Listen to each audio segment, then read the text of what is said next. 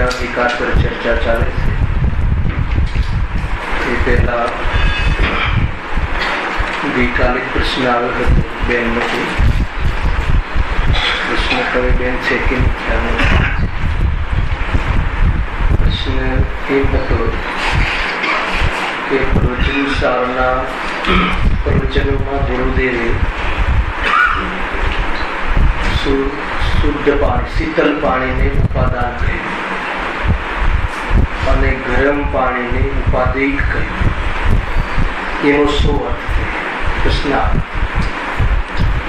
જે અહીંયા સાંભળતા હશે એને આ પ્રશ્ન થયો પણ છે કે શીતલ પાણી અર્થાત પાણી તો ઉપાદાન છે અને ગરમ પાણી ઉપાદેય છે.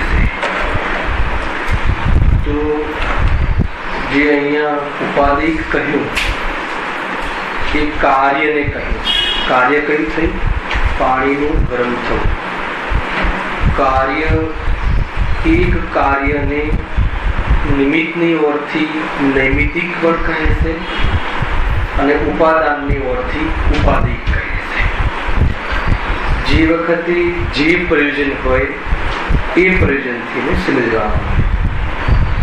જ્યારે પાણીને અગ્નિના સંપર્કમાં આવવાથી પાણી ગરમ થયું એમ નિમિત્તનો બોધ કરાવવો હોય તો એ ગરમ થયું એ કાર્યને નૈમિતિક કાર્ય કહે છે. બરાબર છે? અને એ જ પાણીને ગરમ કઈ રીતે થયું તો કે સ્વયં એની ઉપાદાન યુગતા છે એ બતાવવું હોય ત્યારે એ જ કાર્યને ઉપાદેય કાર્ય કહેવામાં આવે છે.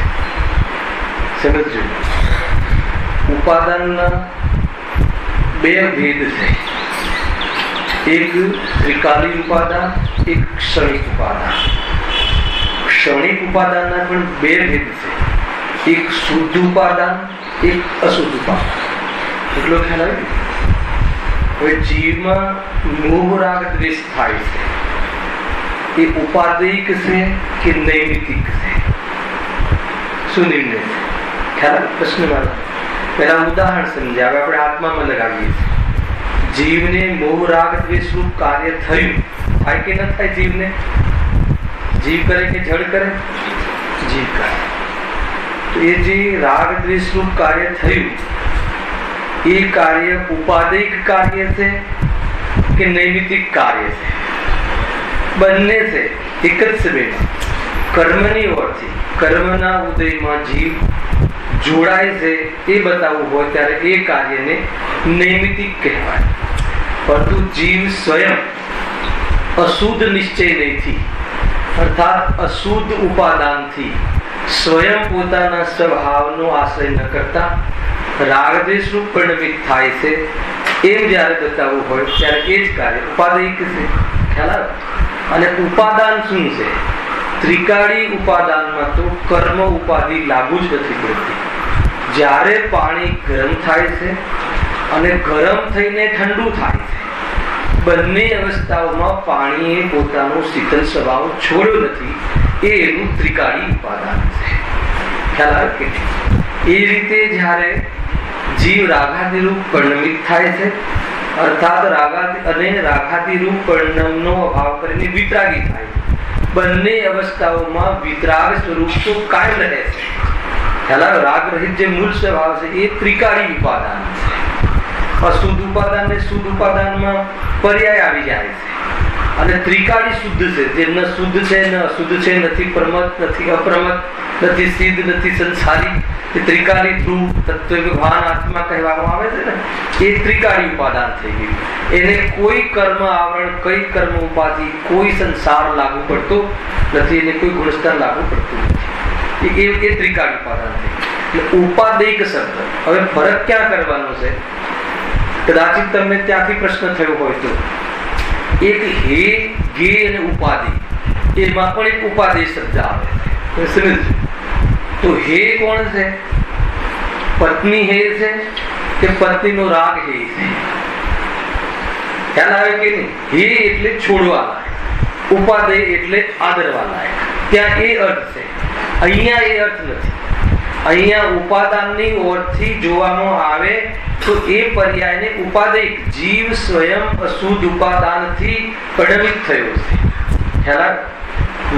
માટીના પિંડમાંથી માટલું બનવું અને મટકું બનવું, એ માટી એ મટકું બન્યું એ ઉપાદેય કાર્ય છે માટીની ઓરથી.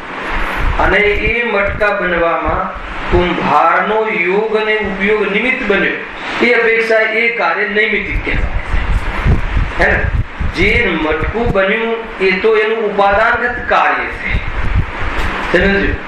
અને નિમિત્તપણે કોણ હતું? દરજી હતો, સોની હતો કે કુંભાર હતું? તો કે ત્યાં કુંભાર જ હોય જ્યારે મટકું બને ત્યારે. ત્યારે કુંભકાર હોય, જે કારીગર હોય એટલું ત્યાં બતાવું છે. એ રીતે અહીંયા ઉપાદેય જે શબ્દ છે એ રૂપે પરિણમિત કોણ થયું, કોને કર્યું, સ્વયં કર્યું, એ બતાવવા માટે એને, અને બંનેનું પ્રયોજન છે. નિમિત્તની ઓરથી કાર્ય બતાવવાનું પ્રયોજન એ છે કે જ્યારે જીવને આ પ્રમાણે, જ્યારે પાણી ગરમ થાય છે, જ્યારે જીવ રાગરૂપ પરિણમિત થાય છે, ત્યારે એના પૂર્વબદ્ધ કર્મ ઉદયમાં હોય છે. વર્તમાનમાં કોઈ વ્યક્તિ એને રાગ કરાવે એમ નથી. અને જીવ જ્યારે પર્યાયની સ્વતંત્રતા સત્કારકથી એને અશુદ્ધ ઉપાદાન, અશુદ્ધ નિશ્ચય નહીંથી બતાવવામાં આવે છે. તો એટલા માટે બતાવવામાં આવે છે કે જીવ સ્વયં અપરાધરૂપ પરિણમિત થાય છે. જો જીવ સ્વયં અપરાધરૂપ પરિણમિત થાય છે તો અપરાધનો અભાવ પણ સ્વયં કરી શકે છે. બીજું, એ વખતે પરમ શુદ્ધ નિશ્ચય નહીંથી, શુદ્ધ નહીંથી જોવામાં આવે તો જ્યારે અશુદ્ધ ઉપાદાનથી રાગ રૂપે પરિણમિત થયો હોવા છતાં સ્વભાવ, ત્રિકાળી સ્વભાવમાં ખોટ નથી આવી એમ બતાવીને એ વખતે રાગ પરથી દૃષ્ટિ હટાવવા માટે ત્રિકાળી ઉપાદાનને ઊભું કરવામાં આવે છે. નિમિત્તથી દૃષ્ટિ હટાવવા માટે પર્યાયના અશુદ્ધ ઉપાદાનને પણ મુખ્ય કરીને કથન કરવામાં આવે છે. અને પર્યાય પરથી દૃષ્ટિ હટાવવા માટે ત્રિકાળી ઉપાદાનને મુખ્ય કરીને કથન કરવામાં આવે છે. આ એનું પ્રયોજન. ખ્યાલ ચંદ્રકાંત? હવે ઉપાદેય અને પેલું ઉપાદેય, અહીંયા ઉપાદેયિક નો અર્થ, ઉપાદેય અલગ છે. પેલું ઉપાદેય જે કહ્યું ને કે હે ગે અને ઉપાદેય, તો પત્નીનો રાગ, પુત્રનો રાગ, વેપારનો રાગ એ તો હે છે, છોડવા લાયક છે, સ્વભાવ નથી. ખ્યાલ? અને વેપાર આદિ, પુત્ર પત્ની આદિ, પર પદાર્થ આદિ તો ગે છે, એમાં હે ઉપાદેય લાગુ પડતું નથી. ખ્યાલ આવે છે કે નહીં? અને ઉપાદેય શું છે? તો એ રાગ આદિ એ વિભાવ છે, પર પદાર્થ આદિ એ ગે છે. એવું જ્ઞાન જેનામાં થાય છે, એવું જે જ્ઞાન સ્વભાવ અર્થાત તો જ્ઞાયક જે છે એ ઉપાદેય છે. એ આશ્રય કરવા યોગ્ય છે, એટલે એનો વિશ્વાસ કરવા યોગ્ય છે, એની દ્રષ્ટિ કરવા યોગ્ય છે, અહંભણું કરવા યોગ્ય છે, એ જ હું છું એમ અનુભવ કરવા યોગ્ય છે. ખ્યાલ આવે કે નહીં? આટલું બધું ચર્ચા થાય છે. એ ઉપાદેય આ ઉપાદેય મિક્સ નહીં કરતા. અને પેલું આ તો આદરવા યોગ્ય કહ્યું, એમાં એ ઉપાદેયમાં પણ પાછા ભેદ છે. કયા? આદરવા યોગ્યમાં એક આશ્રયભૂત ઉપાદેય અને એક પ્રગટ કરવાનું ઉપાદેય. સમજમાં આવે છે કે નહીં? ઘણા બધા ફંક્શન છે જ્યારે આત્માનું કલ્યાણ કરવું હોય તો. પેલા ઉપાદેયની વાત પતી ગઈ, તમે જે પ્રશ્ન કર્યો. હવે આ જે ઉપાદેયમાં એક છે આશ્રય કરવાનું ઉપાદેય અને એક પ્રગટ કરવાનું. સમ્યક દર્શન, કેવલ જ્ઞાન આદિ આશ્રય કરવાનું ઉપાદેય નથી. અને ત્રિકાળી ધ્રુવ ભગવાન આત્મા આશ્રયભૂત ઉપાદેય છે. અને સમ્યક દર્શન આદિ પ્રગટ કરવા રૂપ ઉપાદેય છે. હે ને? જે પર્યાય પ્રગટ નથી થઈ એનો આશ્રય કઈ રીતે કરશો? અને પર્યાયનો આશ્રય કરશો તો પર્યાય તો અધ્રુવ છે. ખ્યાલ આવે કે નહીં? આશ્રય કરવાનો અર્થ પહેલા સમજી લો. આદરવા યોગ્ય, આશ્રય કરવા યોગ્ય એટલે શું? એ પોતાનું સ્વરૂપ કઈ રીતે છે અને પોતાનું સ્વરૂપ કઈ રીતે નથી એ સમજવું. સમ્યક દર્શન આદિ ક્ષણિક પર્યાય રૂપ આત્માનો શુદ્ધ સ્વભાવ છે, સ્વભાવ પર્યાય છે. ખ્યાલ આવે કે નહીં? અને શ્રદ્ધા ગુણ તો ત્રિકાળ શુદ્ધ છે, જ્ઞાન ગુણ તો ત્રિકાળ શુદ્ધ છે. તો એ પ્રમાણે ક્યાં કયું પ્રયોજન છે વસ્તુનું સ્વરૂપ સ્પષ્ટ કરવા માટે આપણે એને સમજવું યોગ્ય છે. ખ્યાલ આવ્યો કે નહીં? ગરમ પાણી ઉપાદેયિક કાર્ય છે કે નૈમિતિક કાર્ય છે? હે ને? બંને છે, નિમિત્તની ઓરથી નૈમિત્તિક છે. અને એ વખતે શીતલ પાણી એની ઉપાદાન શક્તિ છે. ત્રિકાલી ઉપાદાન એ શક્તિ છે. એ પર્યાયમાં આવતી પણ નથી અને શક્તિ નષ્ટ થતી પણ નથી. અને એ શક્તિ પર્યાયમાં એનો વિશ્વાસ કરી અને એના સામર્થ્યનો અનુભવ થાય. બીજમાં વૃક્ષ બનવાની શક્તિ છે, બરાબર છે ને? બીજમાં નીતિનભાઈ, તો બીજને તોડીને જુઓ તો એ વૃક્ષનો કોઈ એ વૃક્ષ નાનું હે ને 100/1 સેન્ટીમીટર એવું નાનું વૃક્ષ બીજમાં દેખાય કે ના દેખાય? જે આંબાનું 5 ફૂટ 10 ફૂટ નું જે ઝાડ છે એ ઝાડ ગોટલીમાંથી આવ્યું ને, તો એ ગોટલીમાં જયારે એ વૃક્ષ થતા પહેલા તોડીએ તો એ વૃક્ષ અંદર હોય કે ના હોય? ખ્યાલ આવે કે ઘણી વાર આવા વિકલ્પ આપણને થતા, મને તો થતા, આટલું મોટું વૃક્ષ ગોટલામાંથી થાય છે તો ગોટલામાં એક નાનું વૃક્ષ હોવું જોઈએ કે જે પછી મોટું થઈને બહાર આવે. તો કે એમ નહીં, એમાં શક્તિ છે. ખ્યાલ આવે કે નહીં? હવે માનો કે દૂધમાં ઘી છે, દૂધમાં ઘી છે જ નહીં, છે દૂધમાં કણ છે, ઘીનો કણ હોઈ ના શકે. પણ દૂધ જયારે ઘી બને ત્યારે દૂધમાંથી જ બનશે, એટલે દૂધમાં ઘીની શક્તિ. તો ત્રિકાળ શક્તિ અલગ વસ્તુ છે. ખ્યાલ આવે છે કે નહીં? તો એ સમજવા જેવું છે. હવે એ શક્તિ છે એ વ્યક્ત કરે કે ના કરે અલગ વસ્તુ છે. એ દૂધ ઘી બને પરિણમશે કે નહીં પરિણમે એ અલગ વાત છે. દૂધની અવસ્થા સુધી જેની સમાપ્તિ છે એ અલગ વસ્તુ છે. આત્મામાં કેવલ જ્ઞાનની શક્તિ છે ખરી, પણ એ કેવલ જ્ઞાનની શક્તિ પ્રગટ કરશે કે નહીં કરશે એના ઉપાદાન પર આધાર રાખે છે. એ કયું ઉપાદાન? ક્ષણિક. અને જ્યારે થશે ત્યારે કેવલ જ્ઞાન આત્માને જ થશે. એ કયું ઉપાદાન? ત્રિકાળી ઉપાદાન. આત્માને થશે, શરીરને નહીં થાય. મગજને કેવલ જ્ઞાન નહીં થાય. નાના મગજને કેવલ જ્ઞાન થાય કે મોટા મગજને? શું જ્ઞાન નાના મગજથી થાય કે મોટા મગજથી થાય? નહીં, મગજથી થાય ને જ્ઞાન. મગજ તો પૂતગલનો પિંડ છે, હે ને? કેવલ જ્ઞાન થશે ત્યારે મગજને નહીં થાય. ખ્યાલ કે નહીં? આત્માને થશે. એક શાના આધારે કહો છો? ત્રિકાળી ઉપાદાનના આધારે. કેમ કે એનામાં કેવલ જ્ઞાનની શક્તિ છે. ગજબ છે. જ્યાં પાણીને અગ્નિનું નિમિત્તપણું મળે છે, સંપર્ક થાય છે, ત્યારે અવસ્થા વિશેષમાં ગરમ અવસ્થાને પ્રાપ્ત થાય છે. અને જ્યાં જ્યાં નિમિત્તપણું મટી જાય છે ત્યારે એ સ્વયં ફ્રીજમાં મૂકીને નહીં, સ્વયં ઠંડકને પ્રાપ્ત થાય છે. ખ્યાલ આવ્યો કે નહીં? ગરમ અવસ્થાનો વેથી ઠંડક અવસ્થાનો ઉત્પાદ થવો, એ જે ઠંડક ઉત્પન્ન થઈ એ પણ આશ્રયભૂત નથી. ખ્યાલ આવ્યો કે નહીં? એ તો ક્ષણિક છે. ગઈ અને આવી, હતી નહીં અને આવી, પણ જે એ વખતે ત્રિકાલી છે એ વખતે પણ ઠંડક છે. ઠંડક ન હોત તો ઠંડક આવત ક્યાંથી? એ ઠંડક એના પર દ્રષ્ટિ કરતા ગરમ પાણીના કાલમાં પણ મન વિચલિત થતું નથી. ઉપયોગ શાંતિને પ્રાપ્ત થાય છે. કેમ કે આ પાણી ઠંડુ થવાનું જ છે. એમાં શાનો આધાર લીધો?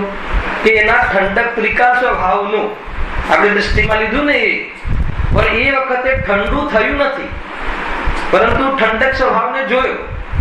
ખ્યાલ આવ્યો શું વાત ચાલે છે? એ બધા પ્રયોગો છે. ખ્યાલ આવે એવું છે ભાઈ. પ્રવચન સારમાં તો એક આજે પણ 2 વાત આવી ને. 103ની ગાથામાં કઈ પર્યાયની વાત હતી અને 104ની ગાથામાં કઈ પર્યાયની વાત હતી? મને એવું લાગે છે કે દર વખતે 10 મિનિટ પ્રશ્નોત્તર રાખવાના. તમે મને પૂછો એટલું ના ચાલે, હું પણ તમને પૂછીશ. ખ્યાલ આવે કે નહીં? કે આખું પ્રવચન 1 કલાક આંખ બંધ કરીને આમ ધૂનમાં સાંભળ્યું હોય તો આપણને એનો જો નીવ ન પકડાય પ્રફુલભાઈ, તો પછી શું સમજવાનું? ટાઈમની બરબાદી થાય કે ન થાય? ના ના, સારું ને ઘર કરતા તો અહીંયા તો એવી કોઈ ઘરીમાંથી શાસ્ત્ર સાંભળવાની જરૂર નથી. ખ્યાલ આવે કે નહીં? 103 હતા રસીભાઈ તમે નતા એટલે ફાવી ગયા. ખ્યાલ આવે કે નહીં? 103મી ગાથામાં અને 104મી ગાથા, એમાં 103મી ગાથામાં પણ ઉત્પાદિત દ્રવ્ય હે ને? મારી એક આદત છે પ્રશ્ન પૂછીને જવાબ સ્વયં કહી દેવાનો, એટલે કોઈ ટેન્શન નહીં કરવાનું, આગળ જગ્યા નહીં રાખવાની, પહેલા જ બેસી જવાનું. કોઈ મૂળ તો આપણે એમાં બસ ઘણીવાર એ વખતે કહેતા ના ફાવે, પણ પકડાતી હોય છે વાત, પણ કોઈ એમાં મૂળ હાર્દ આપણને એ વખતે એનું અહીંયાથી લઈને જવું જોઈએ. 103જી ગાથામાં પણ ઉત્પાદિત દ્રવ્ય સિદ્ધ કર્યું કઈ પર્યાય, અને 104મી ગાથામાં પણ ઉત્પાદિત દ્રવ્ય કર્યું કઈ પર્યાય. હે બેન? 103જી ગાથામાં દ્રવ્ય પર્યાય, બરાબર છે, અને 104મી ગાથામાં ગુણ પર્યાય. બે વાત હતી. એ દ્રવ્ય પર્યાયનું બહુ મોટી વાત કેવી છે, પછી આપણે આપણું ચાલુ કરીશું. આ કે દ્રવ્ય પર્યાયમાં પણ ઉત્પાદિત દ્રવ્યનો પ્રવાહ, ખ્યાલ આવે, અને ગુણ પર્યાયમાં પણ ઉત્પાદિત દ્રવ્યનો પ્રવાહ એ સિદ્ધ કર્યો, અને એનાથી દ્રવ્યની સત્તા સિદ્ધ કરી, દ્રવ્યની ત્રિકાળ અને સ્વતંત્ર સત્તા સિદ્ધ કરી. કેમ કે એ દ્રવ્યનો સ્વભાવ છે, દ્રવ્યનું લક્ષણ. દ્રવ્ય પર્યાય કોને કહેવાય? અનેક દ્રવ્ય મળી અને જે અવસ્થા વિશેષ થાય એને દ્રવ્ય પર્યાય કહેવાય. એમાં સમાન જાતિના દ્રવ્યો મળીને અવસ્થા વિશેષ થાય એને સમાન જાતિ કહેવાય, અને વિજાતી જાતિના બે દ્રવ્યો ભેગા થઈને અવસ્થા વિશેષ થાય એને અસમાન જાતિ દ્રવ્ય પર્યાય કહેવાય. એને બીજી કઈ અવસ્થામાં બીજી નામ શું છે?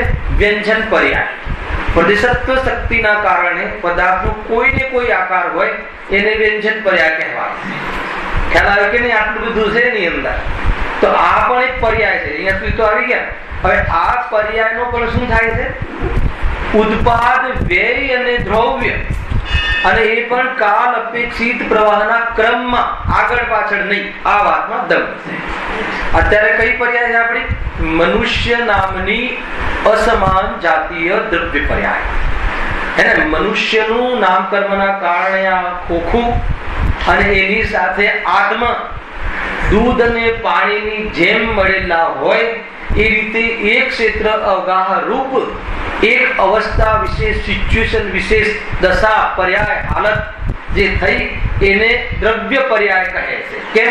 તેમાં દ્રવ્યો મળીને છે, અને આ કાલ અપેક્ષિત પ્રવાહના ક્રમમાં છે. હવે આ પર્યાયનો વ્યય થશે કે નહીં? કેમ કે પર્યાય છે એટલે આ પર્યાયનો વ્યય, અને હવે જ્યાં જવાના હશું, જે શરીર મળવાનું હશે, માન લો કે દેવગતિ, એ પર્યાયનો ઉત્પાદ, અને જે મનુષ્યની પર્યાયમાં જે કોઈ હતો આત્મા એ જ ત્યાં, બીજો નહીં, એ ધ્રુવ. ખ્યાલ આવ્યો ને? એ રીતે ઉત્પાદ એ દ્રવ્ય, આ પર્યાય પણ કાલ અપેક્ષિત પ્રવાહનો ક્રમ છે. એમ કહ્યું ગુરુદેવે. બહુ એમાંથી માખણ નીકળે છે. એ રીતે દરેક વસ્તુ આ સમાન જાતિ દ્રવ્ય પર્યાય પણ આગળ પાછળ નહીં. એ રીતે આના અનુભવમાં લઈ શકો. બાળકની પર્યાય, યુવાન પર્યાય, વૃદ્ધ પર્યાય, ખ્યાલ આવે કે નહીં? પછી આ પર્યાય આપણે બીજે જ્યાં જવાના હોય ત્યાં. એ રીતે હવે ગુણ પર્યાય. ગુણ પર્યાયને શું કહેવાય છે? બીજું શબ્દ રાકેશભાઈ? હે? અર્થ પર્યાય. હા, કોન્ફિડન્ટલી બોલો ને. ગુણ પર્યાય કહો કે અર્થ પર્યાય કહો, એક જ વાત છે. હવે ગુણોની સમયે સમયે એ જ રીતે ઉત્પાદન, સમયે સમયે નવી નવી પર્યાય થાય છે. આત્માના કયા ગુણો? જ્ઞાન, દર્શન, ચારિત્ર, વીર્ય આદિ, ઉદ્ગલના સ્પર્શ, ગંધવર્ણ આદિ. તો એ બધા ગુણો છે. એ ગુણોનું પણ નિરંતર આ જ રીતે ઉત્પાદિત દ્રવ્યનું કાલ અપેક્ષિત પ્રવાહ નિરંતર પરિણમન થાય છે, આગળ પાછળ નહીં. એમાં બી ઉત્પાદિત દ્રવ્ય. હવે એ અર્થ પર્યાયના પણ બે ભેદ છે. વિભાવ અર્થ પર્યાય અને સ્વભાવ અર્થ પર્યાય. અર્થાત વિભાવ ગુણ પર્યાય અને સ્વભાવ ગુણ પર્યાય. રાગ, દ્વેષ આદિ અને મિથ્યા જ્ઞાન આદિ એ ગુણોની વિભાવ અર્થ પર્યાય છે. કેવલ જ્ઞાન આદિ એ ગુણોની સ્વભાવ અર્થ પર્યાય છે. અને એ રીતે એ ત્યાં ગુણ પર્યાયની આજે ચર્ચા હતી. બે ગાથાઓ આ રીતે આપણને ગુરુદેવે અહીંયા કહી. હવે આપણે કયો વિષય ચાલે છે? સંસાર અવસ્થાનું નિરૂપણ, કર્મ બંધન રોગનું નિદાન. એમાં કર્મની વાત આપણે ચાલી હતી કે જે કર્મ છે એ આત્માના સ્વભાવને શું કરે છે? ઘાતી કર્મ આત્માના સ્વભાવને ઘાત કરે છે. એની ચર્ચા કેવી રીતે ઘાત કરે છે એનો સ્પેશિયલ પ્રશ્ન પણ છે, એટલે આપણે ફરીથી નથી ઉઠાવતા. એ જયારે પ્રશ્ન આવશે ત્યારે તેની વિશેષ ચર્ચા કરીશું.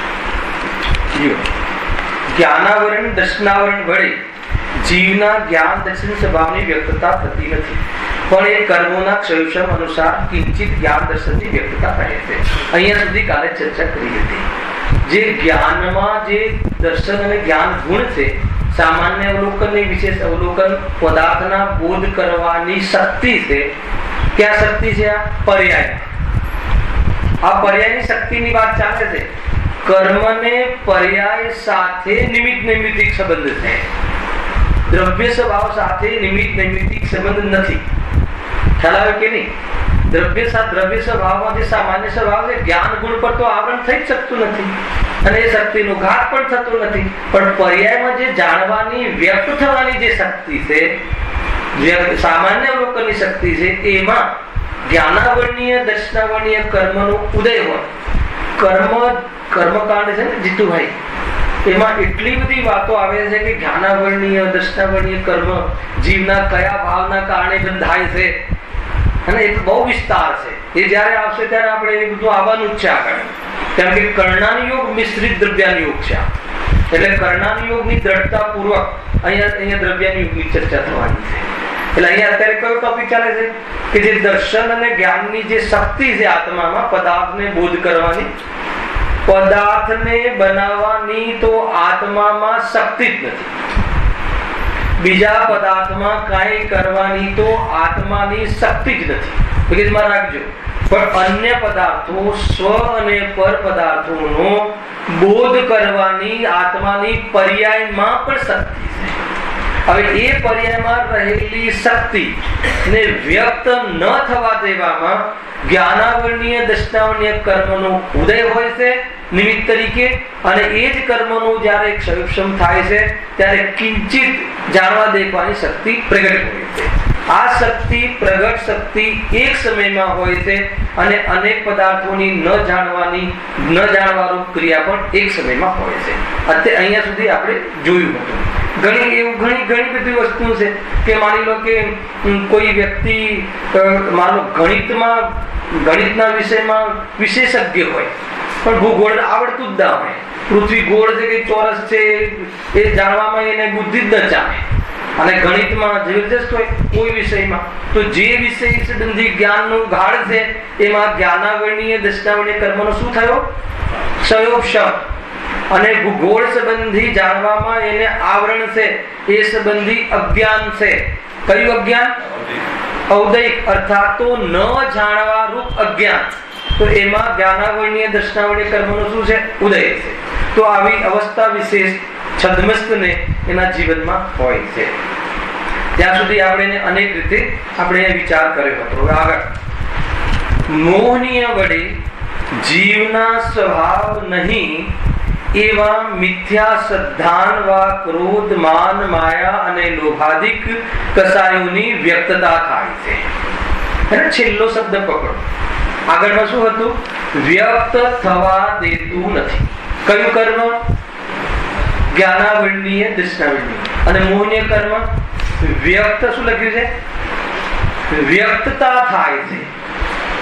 તો વ્યક્તતા થાય છે એ સારું કે જે વ્યક્તતા થવા દેતું નથી એ સારું? ખ્યાલ આવે કે નહીં? પૂરું નામ વાંચ્યું હોય તો કેવી દશા થાય? ખ્યાલ આવે? ત્યાં કોને? સ્વભાવને વ્યક્ત થવા દેતું નથી. નિમિત્ત નૈમિત્તિક સમજો, વારંવાર નહીં કહું, અને ગુરુદેવની સભા છે એટલે હવે સમજી લેવાનું. જ્ઞાનાવર્ણીય દર્શનાવર્ણીય કર્મના નિમિત્તમાં સ્વભાવ જે આત્માના સ્વભાવમાં પડ્યું છે, કેવલ જ્ઞાનની શક્તિ છે, એને વ્યક્ત થવા દેતું નથી. અને મોહનીય કર્મનો શું રોલ છે? મોહનીય કર્મનો કયો સ્વભાવ છે? મોહનીય કર્મનો પણ એક સ્વભાવ છે ને, નૈમિત્તિક થવાનો સ્વભાવ છે ને. તો નિમિત્તતા થવાના સ્વભાવમાં આત્માના કયા કાર્યમાં મોહનીય કર્મ નિમિત્ત બને છે? વાંચું છું. પ્રશ્ન ખ્યાલ આવ્યો? આત્માના કયા કાર્યમાં મોહનીય કર્મ નિમિત્ત બને છે? જો મોહનીય વડે જીવના સ્વભાવ નહીં, જે સ્વભાવ નથી, સ્વભાવ ત્રિકાલ સ્વભાવના લિસ્ટમાં જ નથી, આત્માના સ્વભાવમાં જે વસ્તુ જ નથી. કોના આત્માના? કેવલ જ્ઞાનીના કે અજ્ઞાનીના કે રાગીના કે દ્વેષીના? દરેક આત્માના ત્રિકાલ સ્વભાવમાં જે નથી, શું નથી? એવા મિથ્યા શ્રદ્ધાન. ખ્યાલ આવે? બહુ ઊંચી વાત છે, ભણવાની સ્ટાઇલ બતાવું તમને આજે. મિથ્યા શ્રદ્ધાન, ક્રોધ, માન, માયા અને લોભાદી કસાય. એ શું છે? આત્માના ત્રિકાલ સ્વભાવમાં નથી. જે સ્વભાવમાં નથી એને વ્યક્ત કરે છે. એને વ્યક્ત કરવામાં નિમિત્ત બને છે મોહનીય કર્મ. અને જ્ઞાનાવરણીય દર્શનાવને શું કરે છે? જે સ્વભાવમાં છે એને વ્યક્ત થવા દેતું નથી. તો બંનેમાં કયું કર્મ સારું? ખ્યાલ આવે કે નહીં? પેલો તો સ્વભાવને વ્યક્ત થવા દેતું નથી, આ તો બહારથી કોઈ નવી ઉપાધિ લઈ આવે. મોહનીય કર્મ તો એમ જ કરે છે ને. ગજબ છે. મતલબ કોઈ હવામાં મોહ ચાલતો હશે અને વળગી પડે એમ નથી. પર્યાયમાં તો જીવ સ્વયં એ મોહ રૂપે પરિણમિત થાય છે, પણ સ્વભાવમાં જુએ તો મોહ ના રહે. ખ્યાલ આવે કે નહીં? રામનો ડ્રેસ પહેરે તો સીતા પ્રત્યે વિકાર ના આવે. ખ્યાલ છે કે નહીં? આ ઉદાહરણ છે પ્રથમાની યોગમાં. ખ્યાલ આવે કે નહીં? બહુ જ મતલબ આકુલિત જુએ છે રાવણને, અને એની પત્ની ને બહુ દયા આવે છે રાવણ પર, અને કહે છે કે સીતાને રીઝવવી હોય તો રામ બનીને જાઓ, રામનો ડ્રેસ પહેરો તમે, તો એ 100% રીઝી જશે. તો રાવણ શું કહે છે કે જ્યાં હું રામનો ડ્રેસ પહેરું છું મને વિકાર જ નથી આવતો. ખ્યાલ આવે છે શું કહે છે? એમ પર્યાયને કહે છે કે તું રાગને બતાવ, તો કે પેલા એકવાર આત્માને જો.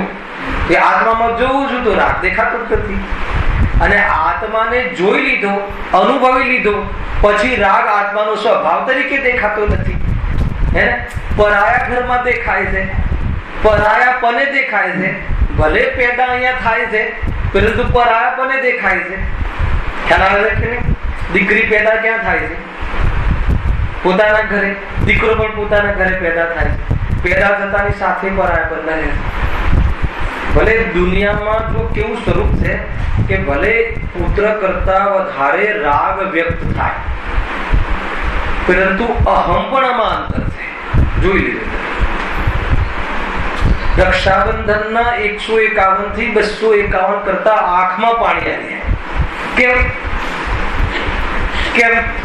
વર્ષોથી 151 ચાલતા હોય, હવે તો બદલાઈ ગયું ને. નાણાંની કિંમત, રૂપિયાની કિંમત ઘટતી ગઈ, એટલે હવે એની માત્રા વધારવી પડે કે ના. એ વખતે 11 ચાલતો હોય તો આજે 11 ચલાવીએ છે ને, તો દીકરીને 151 રૂપિયા રક્ષાબંધનમાં આપતા હોઈએ, તો હવે 251 કરવા જોઈએ એવો ભાવ આવે તો બાપા શું કે નહીં બરાબર છે. કેમ? એમાં અહમપણામાં અંતર છે. દીકરાનું ધન અને દીકરો મારો છે અને પેલી પરાઈ છે. ભલે બહારમાં ગમે એટલો રાગ દીકરીનો વધારે દેખાય તો પણ એ છે ખેલ. આ છે બસ, આ જ ખેલ છે. ત્યાં મોક્ષ બાદ પ્રકાશ જ્ઞાની વ્રતાદિમાં વિશેષ દેખાય. પણ જેમ પેલી દીકરી પર આવી છે ને, જ્યાં આત્માની અનુભૂતિની વાત આવે ને તો દૂર દૂરથી પણ કહી દે કે આત્માનું નથી. ખ્યાલ આવે ને? તો બસ આ જ છે. આપણે લાગુ બીજી જગ્યાએ કરીએ છીએ. અહીંયા હવે બધા કાનૂન પણ બદલાઈ ગયા છે. હવે તો દીકરીઓ પણ ભાગ માગે છે પ્રોપર્ટીમાં. આવે છે કે નહીં શૈલેષભાઈ? કેવું અપનાપન પરાપનનું ચક્કર છે. બસ એવું જ અહીંયા છે. તો મોહનીય કર્મ જે છે એ શું કરાવે છે કે જે આત્મામાં નથી એવી જાતિના વિપરીતતા અર્થાત તો વિભાવ, એવી જાતિની મલિનતા પર્યાયમાં પેદા કરે છે. ખ્યાલ? મોહનીય કર્મ જીવના કયા ગુણના ઘાતમાં નિમિત્ત બને છે? આ તો બધું કેટલી વાર થઈ પણ ગયું છે. મોહનીય કરજો જ્ઞાનાવરણીય કર્મ જીવના જ્ઞાન ગુણની હીનતામાં નિમિત્ત બને છે. ઠીક છે? દર્શનાવરણીય કર્મ જીવના દર્શનની પ્રવૃત્તિમાં હીનતામાં નિમિત્ત બને છે. સામાન્ય અવલોકનમાં એ રીતે મોહનીય કર્મ પણ કયા ગુણમાં નિમિત્ત બને છે? કયા ગુણની વિપરીતતા અર્થાત ગંદકીમાં નિમિત્ત બને છે? બે ગુણ લાવવું પડે છે. કે મોહનીય કર્મના બે ભેદ મૂળ કયા? દર્શન મોહનીય અને ચારિત્ર મોહનીય. દર્શન મોહનીય કર્મ જીવના શ્રદ્ધા ગુણની વિપરીતતામાં નિમિત્ત છે અને ચારિત્ર મોહનીય કર્મ જીવને કઈ ચારિત્ર ગુણના રાગાદી પરિણમનમાં નિમિત્ત બને છે. આ રીતે છે. એક છે વિપરીતતા, એક છે અસ્થિરતા. ચારિત્રિક ગુણનું જે સ્વરૂપ છે એ સ્થિરતા એનો શુદ્ધ સ્વભાવ છે. પણ એ ચારિત્ર ગુણ સ્વભાવનો ખ્યાલ ન થતા ઉપયોગમાં પર પદાર્થોમાં ઉપયોગ સ્થિર થવા જાય છે. જે અલ્પ પર્યાયોમાં, અસ્થિર પર્યાયોમાં, અધ્રુવ સંબંધોમાં, અધ્રુવ સિચ્યુએશનમાં ઉપયોગ સ્થિર થવા થાય છે, પણ ત્યાં સ્થિર રહેતો નથી અને રાગ દ્વેષ રૂપી વિચલિત થાય છે. એ ચારિત્ર ગુણની મલિનતા છે. ખ્યાલ આવે કે નહીં? અને શ્રદ્ધા ગુણની શું મલિનતા છે? બે દ્રવ્યોને એક માનવા અથવા દેહને આત્મા માનવો, આત્માને અન્ય માનવો, એ કયા ગુણની? શ્રદ્ધાની ભૂલ છે, એની દર્શનની ભૂલ છે. ત્યાં દર્શન અલગ, દર્શન શ્રદ્ધાને પણ દર્શન કહે છે. દર્શન એટલે એની દ્રષ્ટિકોણમાં ભૂલ છે, એના વિશ્વાસમાં ભૂલ છે, એના અભિપ્રાયમાં ભૂલ છે, એની માન્યતામાં ભૂલ છે. આ માન્યતામાં ભૂલ જે થાય છે એમાં કયું કર્મ નિમિત્ત બને છે? દર્શન મોહની કર્મ. ખ્યાલ આવે કે નહીં? આત્માને દેહ માને અને દેહને આત્મા માને એવો કોઈ જીવ મૂર્ખ હોઈ શકે? આ કઠિન પ્રશ્ન છે. અનિલભાઈ, આત્માને કોઈ દેહ માને અને દેહને કોઈ આત્મા માને એને આચાર્યદેવ કહે છે કે મૂર્ખ કહે. મૂર્ખ એટલે મિથ્યા દ્રષ્ટિ. મિથ્યા દ્રષ્ટિ એટલે શું ખબર છે? મિથ્યા દ્રષ્ટિ એટલે શું? દુઃખી. એ વાત આવે ત્યારે દુઃખી. મિથ્યા દ્રષ્ટિ વાસ્તવમાં દુઃખી છે. તમને પ્રૂફ કરીને બતાવો કેવી રીતે દુઃખી. અનંત દુઃખી છે. અલ્પ દુઃખી નહીં. સરાગ ચારિત્ર વાળો જીવ તો અલ્પ દુઃખી છે, પણ મિથ્યા દ્રષ્ટિ તો અનંત દુઃખી છે. એટલે મિથ્યાત્વના ભાવમાં અનંત સંસારનો ભાવ કરે. આપણને મિથ્યા દ્રષ્ટિ કહેતા આપણને કઈ ફરક પડતો નથી એવું લાગે. કાંઈ મિથ્યા દ્રષ્ટિ, પણ મિથ્યા દ્રષ્ટિનો અર્થ દુઃખી, સમ્યક દ્રષ્ટિનો અર્થ સુખી. ખ્યાલ આવે છે ને? તો હવે કોઈ પ્રશ્ન શું હતો કે દેહને આત્મા માને, આત્મા એટલે શું? હું છું એમ માને, અને દેહને અને આત્માને શરીર માને એટલે પર છે એમ માને, એવો કોઈ જીવ છે ખરો? દેહને આત્મા માને આટલામાં કોઈ જીવ ખરો? હું લક્ષણ બતાવી શકું, કોણ છે હું ન કહી શકું. હાલ આવે કે નહીં? લક્ષણથી પછી પકડી લેવાનું કે હા આ કોટીમાં હું આવું કે ન આવું. પછી પકડીને શું કરવાનું? એવી મૂર્ખતા અભાવ કરવાનો, પુરુષાર્થ કરવાનો. આ પ્રયોગ છે. એટલા માટે જ બતાવવામાં આવે છે, બીજું કોઈ કારણ નથી. બરાબર છે કે નહીં? હવે દેહ ને આત્મા, માન લો કે સુખ શામાંથી આવે છે? આત્માથી. જ્ઞાન ક્યાંથી આવે છે? આત્મામાંથી. હે ને? આપણે ક્યાંથી માનીએ છીએ? ખ્યાલ આવે કે શોર્ટકટમાં બહુ મોટો વિસ્તાર. વાસ્તવમાં કહું સુખ ક્યાંથી માનીએ છીએ? દેહમાંથી. માનીએ છે ક્યાં? અમે કાલે કહી દીધું હતું, ઊંઘમાં પણ ભૂલ ન થાય. મુમુક્ષુનું જ્ઞાન, સર્વક્ષમ જ્ઞાન તો એવું થઈ ગયું છે. ઊંઘમાં પણ એક વાર પણ એમ ના કહે કે દેહ અને આત્મા એક છે, પરંતુ ક્યારે પણ એને દેહ અને આત્માને ભિન્ન નથી માને. કે નહીં? જ્ઞાનમાં ભૂલ નથી. કયા જ્ઞાનમાં? ઉઘાડરૂપ જ્ઞાન. પરંતુ ભૂલ ક્યાં છે? શ્રદ્ધામાં ભૂલ છે. શ્રદ્ધામાં ભૂલ છે એટલે મૂળમાં ભૂલ છે, એટલે એકડામાં ભૂલ છે. હવે એકડામાં ભૂલ હોય એને પછી પાછળ ગમે એટલા મીંડા કરે ને શું કિંમત? કે નહીં? એ ગઈકાલે વાત કરી હતી, જે મતલબ કે પાયો જ ના નાખીએ આપણે અનિલભાઈ ઘરમાં, પ્લીથ ના કરીએ અને ફર્સ્ટ ક્લાસ મકાન બનાવીએ, મેટલનું મકાન બનાવીએ, તો એનું શું ભવિષ્ય છે? સોનાની દિવાલો બનાવીએ, ખ્યાલ કે નહીં શૈલેષભાઈ? તો એક ઘરનું શું ભવિષ્ય છે? ખ્યાલ આવે છે? એટલે મૂળમાં શ્રદ્ધામાં ખોટ હોય અને બહારમાં જ્ઞાન વધારીએ, બહારમાં ક્રિયાઓ બધી સ્વચ્છ પાડીએ, તો એ મહેલનો શું કિંમત છે? કે શ્રદ્ધા જ્યાં નથી ત્યાં એ બધાનું રૂધાયરા કસાય જેવું છે, અને ક્યારે ફરી જશે ને ક્યારે પાછું બીજે લાગી જશે કઈ ભરોસો નહીં. એટલે વાત આપણે શ્રદ્ધાની મુખ્યતાથી છે, પણ વાત એ હતું કે આપણે આપણા કોટીમાં આવીએ કે ન આવીએ તો અહીંયાથી જોવાનું. કોઈ બી એક પદાર્થની પર્યાયનો જીવ કરતા માને, સમજી લો, તો એને કોને ન માને? હે ને? એવી કઈ શક્તિ છે દ્રવ્યમાં કે જે અર્થભૂત ક્રિયાકારીત્વ, પ્રયોજનભૂત ક્રિયા સહિત હોય? વસ્તુત્વ નામની શક્તિ છે દરેક દ્રવ્યમાં. અને એવી કઈ શક્તિ છે કે જેના કારણે આ પ્રક્રિયાઓ બદલાતી રહે? દ્રવ્યત્વ શક્તિ છે કે નહીં? નિરંતર બદલાયા કરે. તો પછી આપણે માને કે નહીં, આ તુચ્છ છે, બાળક છે, એને તો મેં મોટો કર્યો, ખ્યાલ આવે કે નહીં? વાત પતી ગઈ ને ત્યાં. સર્વજ્ઞ ભગવાને જોયું છે વસ્તુનું સ્વરૂપ એવું છે કે દરેક પદાર્થ પોતાની અર્થભૂત ક્રિયાકારીત્વ, પોતાની પ્રયોજનભૂત ક્રિયા સહિત હોય છે અને નિરંતર બદલાયા કરે છે. એટલે આપણે કોનો વિરોધ કર્યો? મંદિર મેં બનાવ્યું, મેં તમને શીખવાડ્યું, આ ગાદી પર બેસીને કોનો વિરોધ કર્યો? સર્વજ્ઞ ભગવાનનો. ખ્યાલ આવે છે કે નહીં? અને સર્વજ્ઞ ભગવાનનો વિરોધ કર્યો એટલે કોનો વિરોધ થયો? કેવલ જ્ઞાન સ્વભાવનો, સર્વજ્ઞ સ્વભાવનો. એટલે કોનો નિષેધ થયો? પોતાના આત્માનો. શું રહ્યું?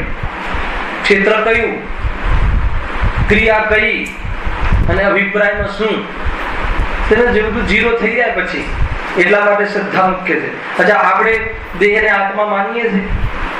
વાક્યમાં તો ના માનીએ, કોઈ દેહને આત્મા કહેતું હશે, પણ દેહની જે ફેસિલિટી છે, અર્થાત તો દેહ કાળો છે, દેહ સફેદ હોઈ શકે, એ કોનું કાર્ય છે? અને સફેદ હું છું એમ માનીએ છે કે નહીં? હું ગોરો, હું કાળો, હું કોણ? આય એટલે હું કોણ? આત્મા. અને એ આત્માને આપણે કાળો ગોરો માનીએ તો દેહથી કેટલો જુદો માને? હવે હું કાળો, હું ગોરો બોલીએ થોડી છે, વેદનમાં લઈએ છે કે નહીં? ગોરાપણું હોય, સ્વસ્થપણું હોય તો આપણે શું અનુભવ કરીએ છીએ? સુકૂન અનુભવ કરીએ છીએ. તો એ એક પણ ભાષિત થાય છે. એટલે દેહને આત્મા માને. હવે આત્માને દેહ કઈ રીતે માન્યો? સુખ આવે છે આત્મામાંથી, હલાલ કે નહીં? અને ક્યાંથી માન્યો આપણે? તો આત્માને દેહ માનો, દેહને આત્મા માને. જીવ અજીવ તત્વ સંબંધી ભૂલ થઈ ગઈ, સાતે તત્વની ભૂલ છે, જીવ ભૂલમાં જીવે છે, એને મિથ્યાત્વ કહે છે. સાત તત્વ સંબંધી ભૂલને મિથ્યાત્વ કહે છે. સાત તત્વ સંબંધી ભૂલ નીકળી ગયા પછી ઉપયોગ છતાં આત્મામાં સંસ્કાર વશ નિમિત્ત કથન અને ઉપયોગની કમજોરી વશ ઉપાદાન કથન એના કારણે સ્વરૂપમાં નથી રમતું, ત્યારે જે અસ્થિરતાને પ્રાપ્ત થાય છે એ ચારિત્ર સંબંધી દોષ છે. અજ્ઞાનીને તો મિથ્યાત્વ સહિત અસ્થિર, જ્ઞાની સમ્યક્ત્વ હોવા છતાં અસ્થિર છે કે નહીં? જ્ઞાની પણ અસ્થિર. બે કર્મ અલગ છે, બે ગુણ અલગ છે, બંનેના કાર્ય અલગ છે, બંને સ્વતંત્ર છે. કઈ શક્તિ કહેશે કોઈ? અગુરુ અલગુ શક્તિ. અગુરુ અલગુ શક્તિના કારણે એક દ્રવ્ય બીજા દ્રવ્યનું ન થાય, એક ગુણ બીજા ગુણનું ન થાય, એક ગુણ બીજા ગુણનું કાર્ય ન કરે, શ્રદ્ધા જ્ઞાનનું કાર્ય ના કરે, જ્ઞાન શ્રદ્ધાનું કાર્ય ના કરે, શ્રદ્ધા ચારિત્રનું કાર્ય ના કરે. શ્રદ્ધા ચારિત્રનું કાર્ય કરતું હોય તો શું થાય? શ્રદ્ધા સમ્યક થતાની સાથે પૂર્ણ થઈ જાય. હવે ચારિત્ર પૂર્ણ થઈ જવું જોઈએ. તો બંનેને ઘાટવા વાળા કર્મ પણ જુદા અને બંને ગુણ પૃથક, બંને ગુણની પર્યાયોનું ઉપાદાન ઘટ પરિણામ સ્વતંત્ર. એક દ્રવ્યમાં પણ કેટલી સ્વતંત્રતા છે, તેમ બીજા દ્રવ્યની સાથે તો શું વિચાર કરે? ભૂલભાઈ સમજવા જેવું છે. એક દ્રવ્યના ગુણોમાં કેટલી સ્વતંત્રતા, ખ્યાલ આવે છે કે નહીં? અપૂર્ણ. શું લાભ થાય આનાથી? આ સમજવાથી શું લાભ થાય? કોઈ જીવને બહારમાં સમજો અશુભ ભાવમાં પરિણમિત થતો દેખાય. વિચાર કરજો, આપણે શું કાર્ય કરવું છે? આપણો ઉદ્દેશ શું છે? સુખી. એ નહીં ભૂલવાનું. સુખી કઈ રીતે થવાય? મોહ રાગ દ્વેષના અભાવથી અથવા કર્મના નાશ થવાથી. બરાબર છે. આ તો કોઈ બી તમે બાળબોધ ભણો કે સમયસાર ભણો કે પ્રવચનસાર ભણો, પહેલા લખી લેવું ને એને પૃષ્ઠ કરો. દરેક ગાથામાંથી આની સાથે જવું. અહીંયા આ પ્રયોજન સિદ્ધ થતું દેખાવું જોઈએ. બરાબર છે. હવે આ સિદ્ધાંત આપણે સમજ્યા, આ જે ગુણોની સ્વતંત્રતાનો, અને એ બે કર્મ જુદા અને બંને કર્મ જુદા હોવાના કારણે ઘાતમાં પણ અંતર પડે છે. તો જેની શ્રદ્ધા ગુણ દર્શન મોહની કર્મ નીકળી ગઈ, શ્રદ્ધા સમ્યક થઈ ગઈ, છતાં ચારિત્ર્યમાં શું હોય છે? કમાવા જાય અને ઉલટો નહીં કાઢતા કે ભાઈ અમારી શ્રદ્ધા તો બરાબર થઈ ગઈ છે પણ કમાવાનો ભાવ તો બાકી રહે ને, એટલે તો એ શું થઈ ગયું ખબર છે? સમજો બરાબર. ફરીથી કોઈ આનો ઉલટો અર્થ કાઢ. શાનો અર્થ? માની લો કે કોઈની શ્રદ્ધા સમ્યક થઈ ગઈ, બરાબર છે. હવે એ 6 ખંડમાં જીતવાનો ભાવ 96,000 રાણીઓની વચ્ચે વેપાર આદિમાં દેખાય, તો આપણે આ સિદ્ધાંત જાણતા હોઈએ કે બંને ગુણોના ઘાતવામાં નિમિત્ત બનવા વાળા કર્મ ભિન્ન છે, બંને ગુણોની સ્વતંત્રતા પરિણામમાં ભિન્ન છે, એટલે એની શ્રદ્ધા સમ્યક ધર્માત્મા હોઈ શકે અને વર્તમાનમાં એટલી કમજોરી પ્રમાણે રાખશે. એટલે આપણે એની એ પર્યાયને યથાર્થ જાણીને શું કર્યું? દ્રષ્ટિ છોડી દીધી. એટલે આપણે શું થઈ ગયું? આપણો રાગ દ્વેષ મટી ગયો. પણ કોઈ હાથને એમ કે આપણામાં બી લગાવીએ ને, કઈ રીતે? અમારી શ્રદ્ધા તો સમ્યક છે, પણ હમણાં શું છે કે જો કીધું છે ને કે જ્ઞાનીઓને પણ હોય છે, એટલે આપણે રાગ દ્વેષ અથવા વેપાર આદિ કરવામાં શું વાંધો છે?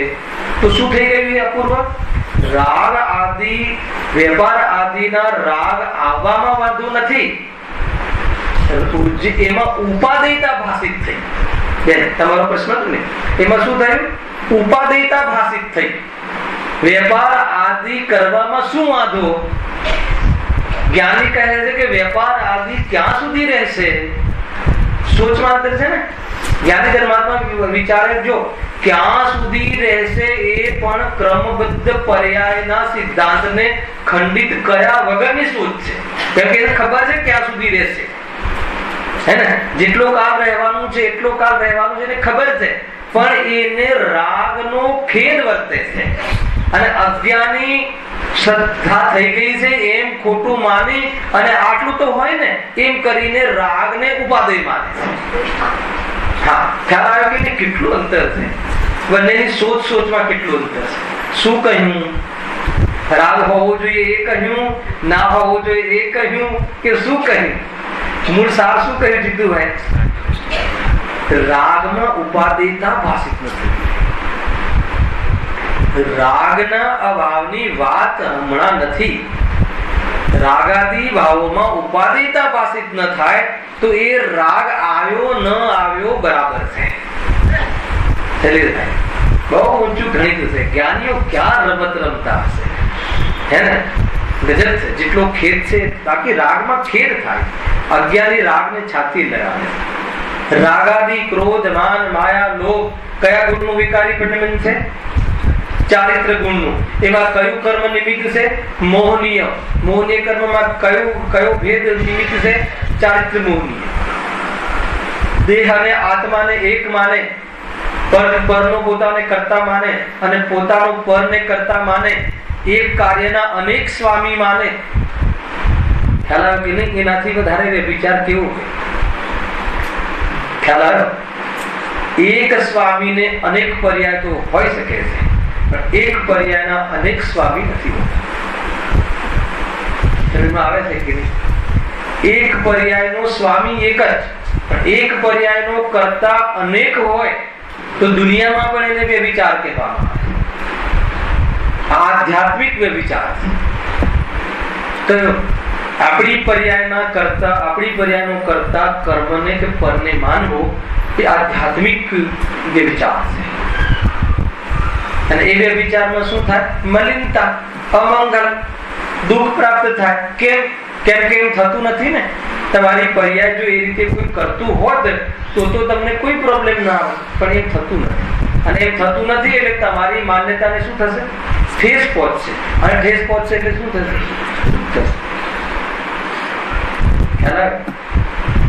એક પરમાણુ માત્ર ને પોતાનું માને. હવે અનંત દુઃખ સિદ્ધ કરી લઈએ ને પછી આગળ વધી. મિથ્યાત્વમાં અનંત દુઃખ કઈ રીતે છે?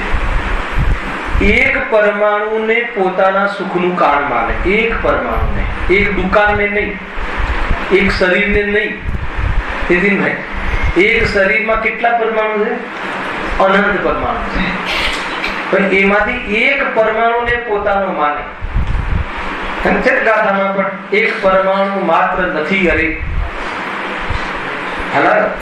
તો એ એક પરમાણુ પોતાનું માને, એનાથી સુખ માને, એને કાર્યકારી માને, તો વિશ્વમાં પદાર્થ કેટલા?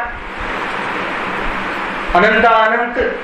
એક પરને પોતાનો માને, એની વાસનામાં, સમજજો બરાબર, એક એક શબ્દ તોલીને કહું, એની અભિપ્રાયની વાસનામાં ભલે વર્તમાનમાં પોતાના દેહના નિમિત્તથી થતા બાળકો અને એના સગાઓને પોતાના માને, પણ એની અભિપ્રાયની વાસનામાં તો વિશ્વના તમામ લોકાલોકના તમામ પદાર્થોને પોતાના માનવાની વાસના કરી.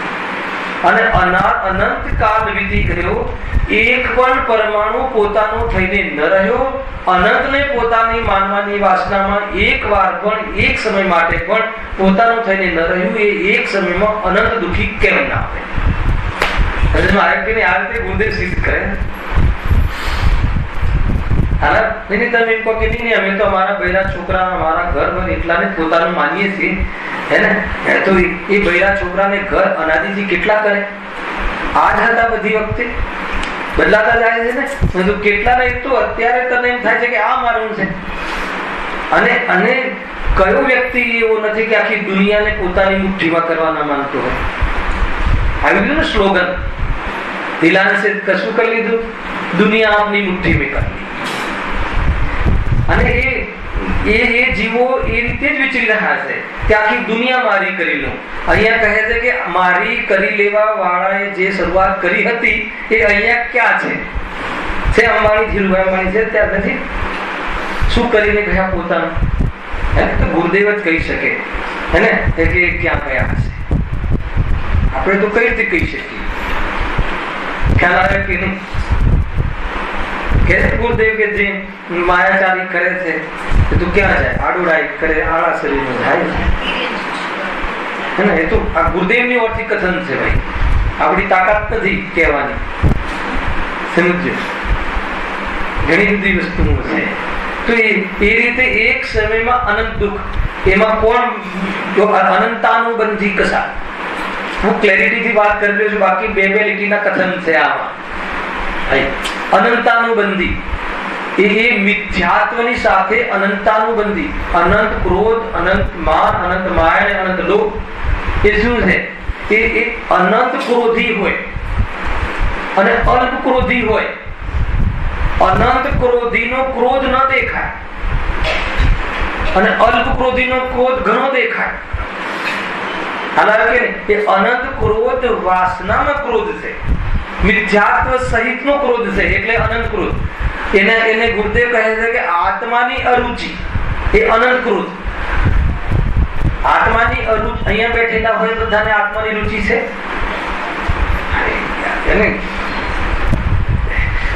એવું કઈ રીતે કહી શકાય? જેને આત્માની રુચિ ના હોય એ અનંત ક્રોધી. હવે એ લક્ષણ આપણને લાગુ પડે કે ન પડે? આત્માની રુચિ એટલે શું ખબર છે? આત્માની રુચિ એટલે સમ્યક દર્શન. અને જેને સમ્યક દર્શન નથી, સમજમાં આવી ગયું શોર્ટકટમાં કે અમને તો એકદમ બહાર કાઢી દીધા કે એમ નથી. એવા અનંત જીવો હોય છે જે સમ્યક સમ્યક છે, જેનું મિથ્યાત્વ અને અનંતાનુબંધી કસાય ઘડી રહી છે. મિથ્યાત્વને પૃષ્ઠ ન કરવાનું પ્રાથમિક ભૂમિકા ચાલુ થઈ ગઈ છે.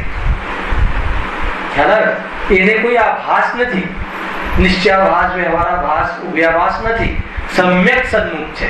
એટલે હવે મિથ્યાત્વ ગયું પણ નથી, પણ મિથ્યાત્વની પુષ્ટિ પણ ચાલુ નથી. એવી કોટીની એક અવસ્થા આવે છે જીવની. ચિંતા કરવાનો વિષય નથી. ખ્યાલમાં આવે છે કે નહીં? ગજબની વાતો છે. તો આજે અનંત શબ્દ કહ્યો ને, અનંત, તો એ અનંત કઈ રીતે થઈ ગયું? એક તો દેવની ઓરથી અનંત કહ્યું, બીજું કે અનંતાનુબંધી, જેને આત્મામાં રુચિ નથી એને આત્મા સિવાય બધામાં રુચિ છે. રુચિ એટલે ખબર છે?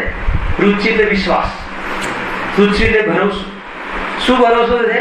કે કોઈ મને જીવાડશે, કોઈ મને તારશે, કોઈ મને સુખી કરશે. આત્મા પર જેને આવો ભરોસો નથી એને પરપત ભરોસે છે. ઘડીમાં આ બાબા તારશે, ઘડીમાં આ બાબા તારશે. કોઈ બી બાબાની ટીમમાં જતો રહે, કોઈ કોઈને તારી શકતું ખ્યાલ આવે કે નહીં? બહારના બાબાઓ તો આત્માને તારવાનું સાધન પણ જાણતા નથી. આપણા જે ભગવાન મહાવીર આદિ છે એ તો તરવાનું સાધન યથાર્થ બતાવે.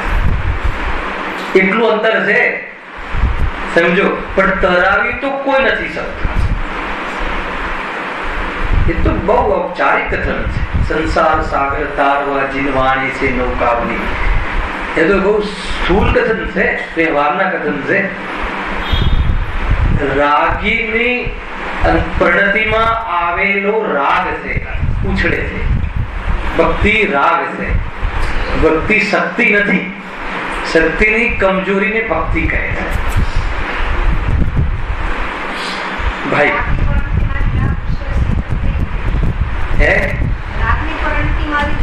ભક્તિ ઉછળે ને, ભક્તિ આવે કે ના આવે, ભગવાન પ્રત્યે ભાવ भी बोल देती है.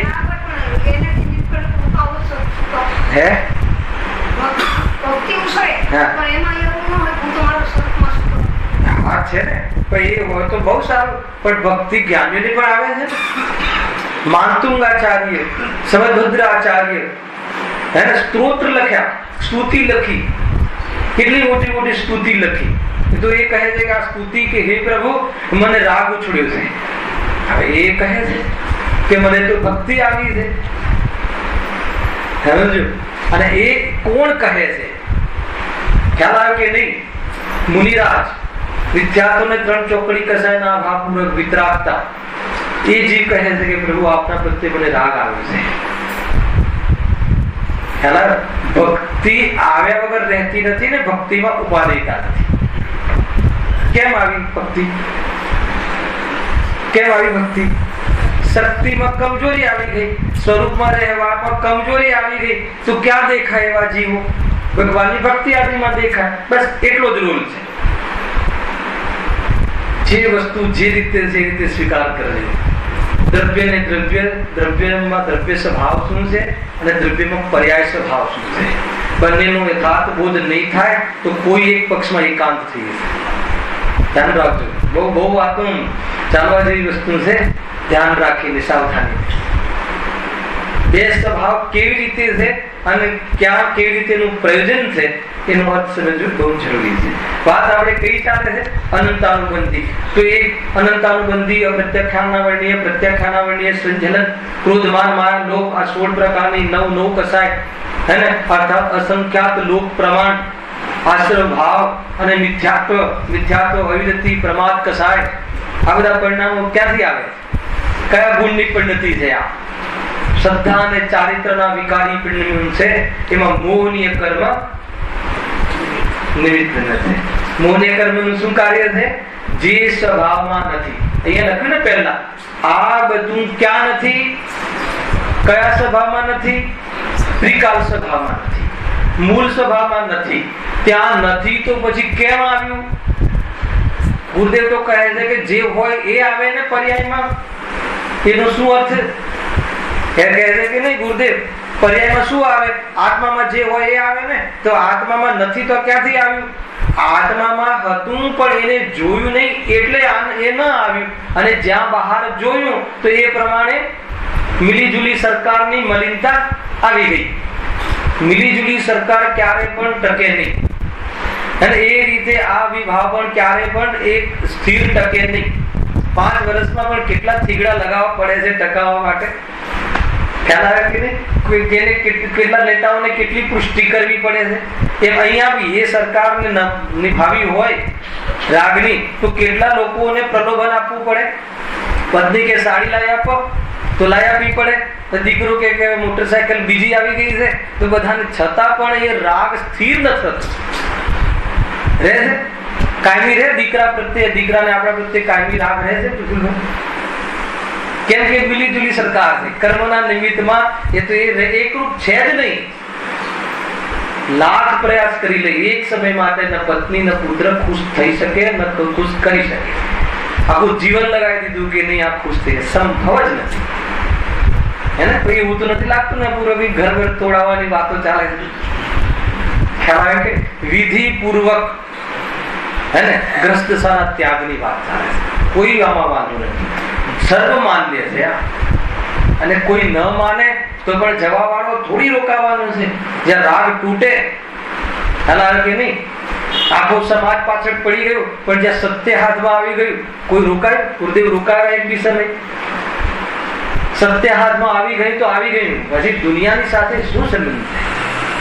આ વાત છે ભાઈ, ઘણું બધું સમજવા જેવું છે. જો મોહનીય વડે જીવના સ્વભાવ નહીં એવા મિથ્યા શ્રદ્ધાન વા ક્રોધ, માન, માયા અને લોભાદિક કસાયોની વ્યક્તતા થાય છે. બંનેમાં કેટલું અંતર છે કે જે સ્વભાવમાં નથી એ વ્યક્ત કરે છે. ઘણી વખત ગુરુદેવના મોટેથી આ વાત સાંભળી આપણે કે સ્વભાવમાં એવો કોઈ ગુણ નથી કે જે પર્યાયમાં રાગ કરાવે. સમજજો. અને પરમાં એવી તાકાત નથી કે જે પર્યાયમાં રાગ કરાવે. તો રાગ આવે છે ક્યાંથી? તો ત્યાં કયું ઉપાદાન લાગશે બેન? અશુદ્ધ ઉપાદાન. ક્ષણિકમાં પણ અશુદ્ધ ઉપાદાન, એટલે પર્યાયની સ્વતંત્રતા છે. એ રીતે છે. પણ એમાં નિમિત્ત કોણ? નિમિત્ત કોણ એટલું બતાવે તો, કેમ કે નિમિત્તની પ્રધાનતાથી આપણો વિષય ચાલે. વાત બધી ઉપાદાન ની આવે છે, પણ વાત નિમિત્તની પ્રધાનતા. એમાં નિમિત્ત કોણ? મોહનીય કર્મ. મોહનીય કર્મ નિમિત્ત છે. એનો અર્થ શું? મારા ક્રોધમાં મોહનીય કર્મ નિમિત્ત છે. એમાં અર્થ શું?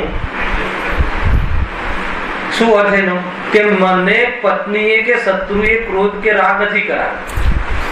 એને આપણે તરત જ બીજા પર ઠોકી દઈએ છે ને. ખ્યાલ આવે કે નહીં? અને મને આના કારણે ક્રોધ આવ્યો છે, આના કારણે એ કારણ નથી. તો કર્મના કારણે, કર્મના કારણે તો આવ્યો ને કે ઉભો રહેતું કેવું છે કાંઈ. કર્મ આયા ક્યાંથી? અને ભાઈ કર્મ આયા ક્યાંથી? કોઈ ગિફ્ટ આપી ફ્રી ટેક્સમાં? હે પૂર્વમાં આપણે ભાવ કર્યા હતા ને, એનું નિમિત્ત પણ પામીને આવ્યા. એટલે ખરેખર તો કોને કર્યું? સ્વયં. બીજાના પર દોષ આપવાનો જે દિવસે જીવ છોડી દે એ દિવસે તાત્કાલિક એને સુકૂન થાય. તાત્કાલિક એને પેલા તો શાંતિ. કઈ શાંતિ? કસાયની બનતાનું શાંતિ થઈ જાય. એની ભૂમિકા બનવા લાગે. એને હવે મહેનત કરવાનો માર્ગ મળી જાય. સૌ પ્રથમ આ દશા જીતુભાઈ સમજજો. બીજાને દોષ આપતો રહે તો એ નપુસક થઈ જાય. પુરુષાર્થ કર, કે બીજાની રાહ જોવી પડે એને પછી એને મટાડવા માટે. પણ જ્યાં દોષ બીજાના દેખાય જ નહીં ત્યાં હવે એને એટલી એની દુનિયા સીમિત થઈ ગઈ ઉપયોગની કે હવે એને ક્યાં ઉપયોગને રમાડવો એના માટે બહુ મોટો અવસર થઈ ગયો. બહુ મોટી વાત છે. ત્યાર પછી આ સિદ્ધાંત બહુ બધા લાગુ પડે છે કે રાગ કેવી રીતે આત્માનો ને કેવી રીતે નહીં આત્માનો. એ રીતે આ મોહનીય કર્મની આપણે નિમિત્તતા જોઈ. હવે નેક્સ્ટ અંતરાય કર્મ જબરજસ્ત આવે છે. અંતરાય કર્મ અને પછી કયું આવે છે? પછી સીધા અઘાતી કર્મ. 4 ઘાતી કર્મની નિમિત્તતા પૂરી થશે. બહુ જ સરસ વિષય છે. એને નેક્સ્ટ શનિ રવિ આપણે વિસ્તાર જોઈશું. સહજાનંદી શોધ સ્વરૂપ